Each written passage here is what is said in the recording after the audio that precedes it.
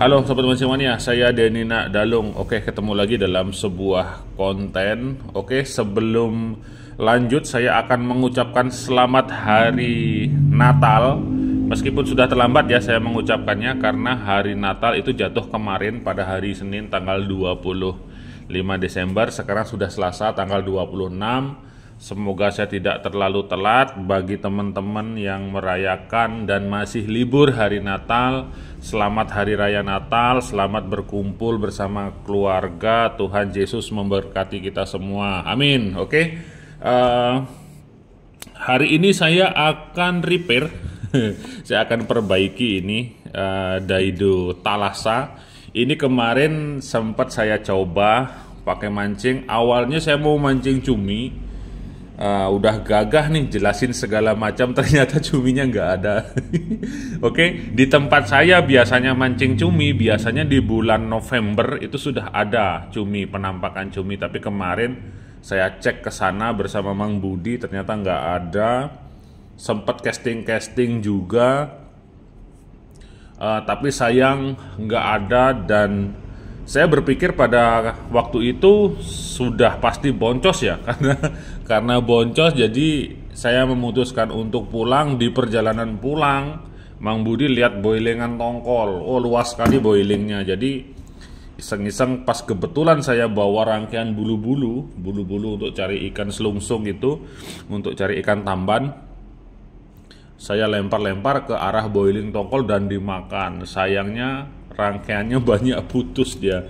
Rangkaian banyak putus terus, tapi ada beberapa strike, dan nasib sialnya lagi baterai GoPro-nya mati.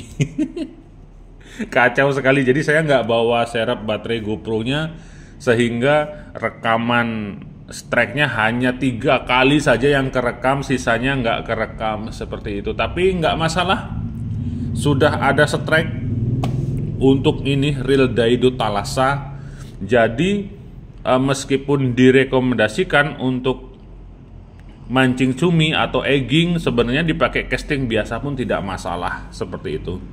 Dengan rasio tinggi, ini rasio 6 kalau nggak salah, rasio 6, jadi memang cocok untuk casting. Kemudian ada juga yang menyampaikan ke saya, Beli Denny, ini Daido Thalassa ketika dipakai casting digulung katanya berat. Itu bukan reelnya yang berat, karena di semua reel yang menggunakan rasio besar, ketika dia tidak balance dengan beban lurnya, dia pasti berat. Mau apapun reelnya, mau Stella sekalipun, percaya sama saya.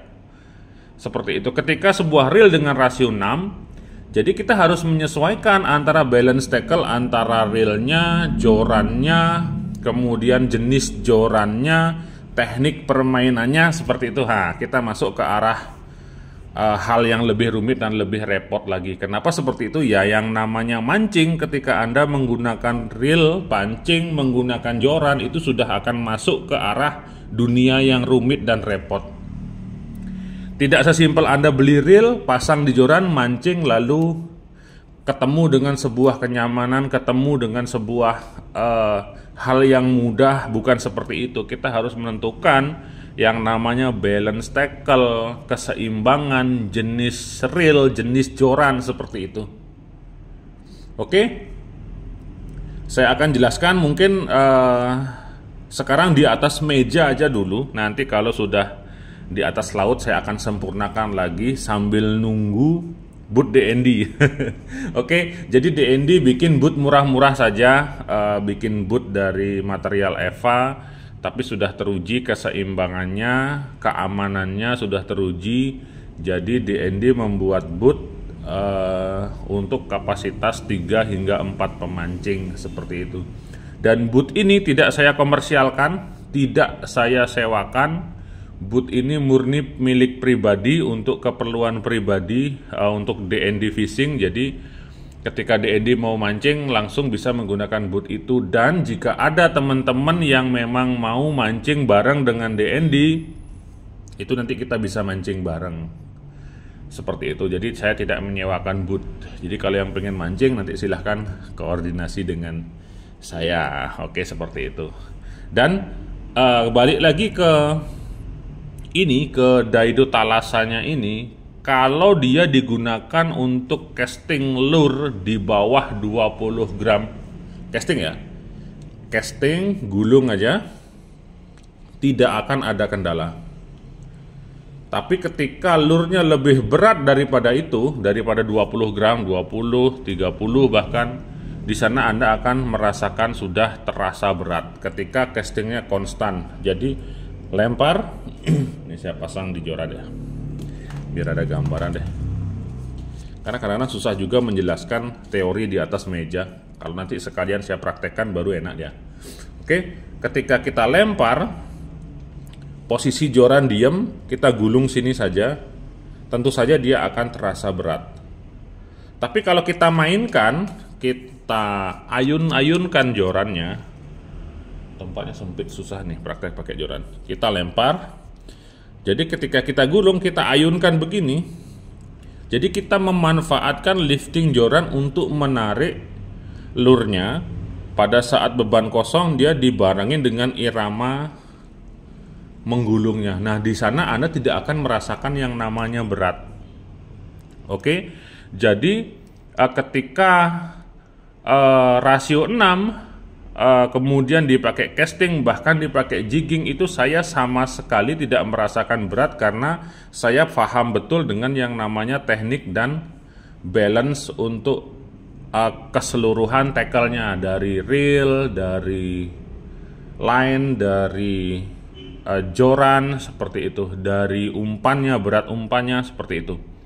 Oke, sampai di sini mungkin teman-teman ada gambaran ya. Jadi kenapa saya kelihatannya mancing mudah dan gampang sekali dengan semua rasio, dengan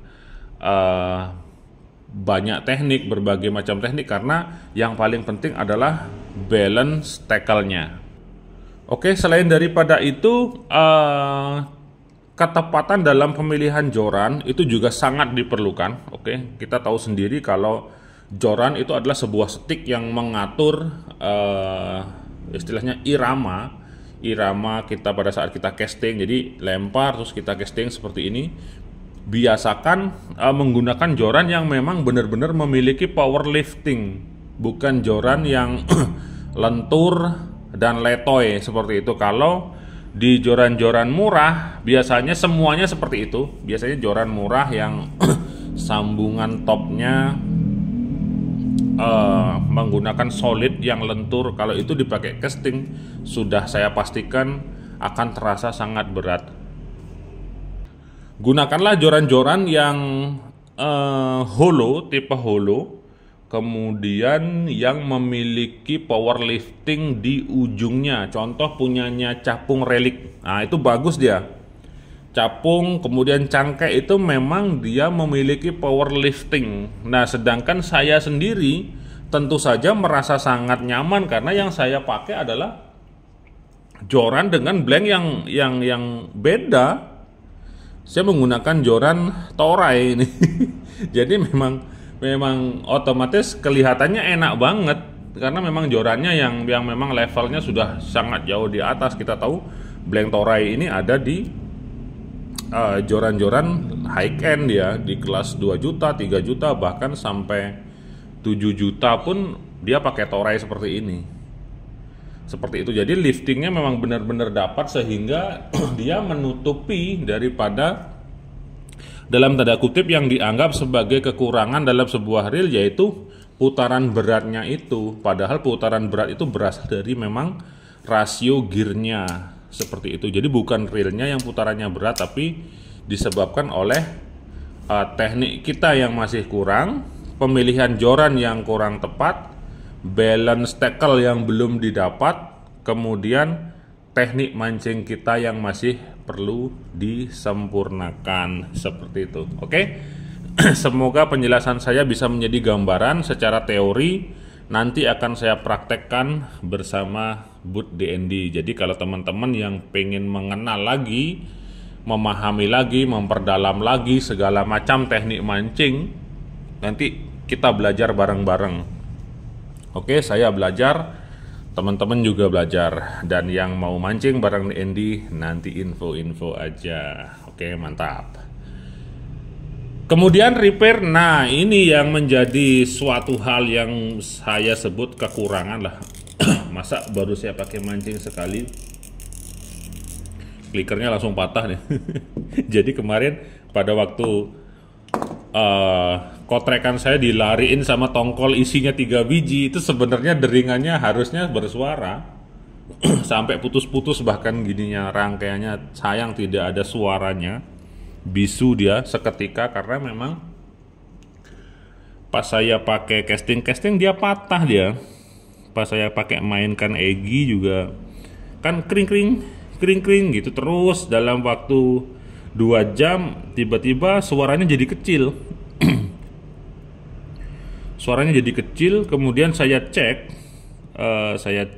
ternyata sudah jadi 2 dia klikernya. Saya tidak tahu apakah ini terjadi pada saya saja atau teman-teman yang lain yang punya Thalassa ada yang kejadian seperti ini. Tapi kalau kejadiannya lebih daripada 5 kasus, saya pastikan memang berarti klikernya bahannya kurang bagus dan gampang patah seperti itu. Jadi ya harus di repair. Ini kebetulan saya ada spare partnya. Saya akan ganti saja pakai yang lebih tebal ini. Pakai yang lebih tebal. Nah seperti ini. Kalau untuk dari material realnya, saya rasa udah masuk sih untuk kelas 300-400 ribuan. Kita sudah dikasih fasilitas yang lumayan lebih di sini. Bentuknya pun dan penampilannya cukup mewah sih untuk kelas real harga terjangkau dia. Oke, ini tinggal pasang aja. Nah, saya pakai kliker yang lebih tebal nih. Nah, kelihatan ya. Nah, pakai yang lebih tebal. Jadi bukan pakai yang bulat ya. Kalau teman-teman tidak punya ininya, bisa pakai peniti. Peniti itu bisa dibentuk seperti ini, bisa sebagai pengganti kliker dia. Atau minta aja ke Daido. Daido lengkap kok spare partnya, jadi nggak usah khawatir. Nah, ini. Wah.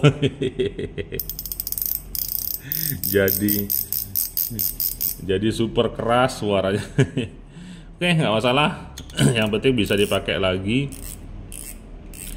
bisa dipakai. Kemudian saya akan segera nanti coba lagi pakai mancing.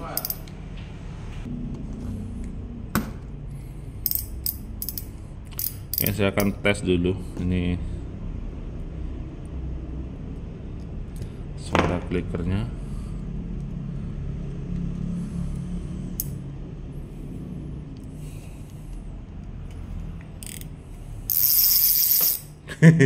Suaranya jadi sangat keras sekali. Oke, saya rasa sekian saja konten dari saya untuk sekedar informasi bahwa di dalam dunia mancing kita tidak cukup hanya dengan membeli alat pancing, kemudian kita cukup dengan mancing dapat ikan. Bukan seperti itu, karena di dalam dunia mancing itu ada sebuah seni di dalamnya. Jadi ada ilmunya, ada pengetahuannya, harus kita seimbangkan antara teorinya, prakteknya, seperti itu. Kita harus rajin-rajin juga cari informasi melalui media YouTube, melalui media internet, melalui Google, melalui grup-grup Facebook. Nah, di sana kita akan menjadikan kita seorang pemancing yang memang benar-benar paham secara keseluruhan, bukan hanya sekedar mancing saja. Karena di dalam mancing ada service reel, ada ngerawat reel, ada jenis-jenis reel, ada material reel, ada pengaplikasiannya, ada teorinya, ada prakteknya. Nah, ketika Anda sudah masuk ke dalam dunia pancing, harus siap dengan segala kerumitannya seperti itu. Jadi jangan menganggapnya bisa-bisa saja, nganggap simpel mancing, tinggal mancing kok repot. Nah, tapi ketika nanti Anda dihadapkan dengan ilmu-ilmu memancing, di sana Anda akan kebingungan sendiri. Maka dari itu, ayo kita belajar bersama, dan DND berkomitmen akan selalu memberikan edukasi, informasi. Salah satunya adalah dengan membeli boot. Jadi setiap teori yang akan saya jelaskan di meja akan langsung saya praktekkan sehingga ilmunya menjadi lebih sempurna, seperti itu. Oke. Konten selanjutnya saya akan sulap reel daido murah. Reel biasa-biasa saja akan saya sulap menjadi luar biasa. Oke, saya Dini Nadalung. 2 jempol untuk Anda semua. Mancing mania semakin mantap.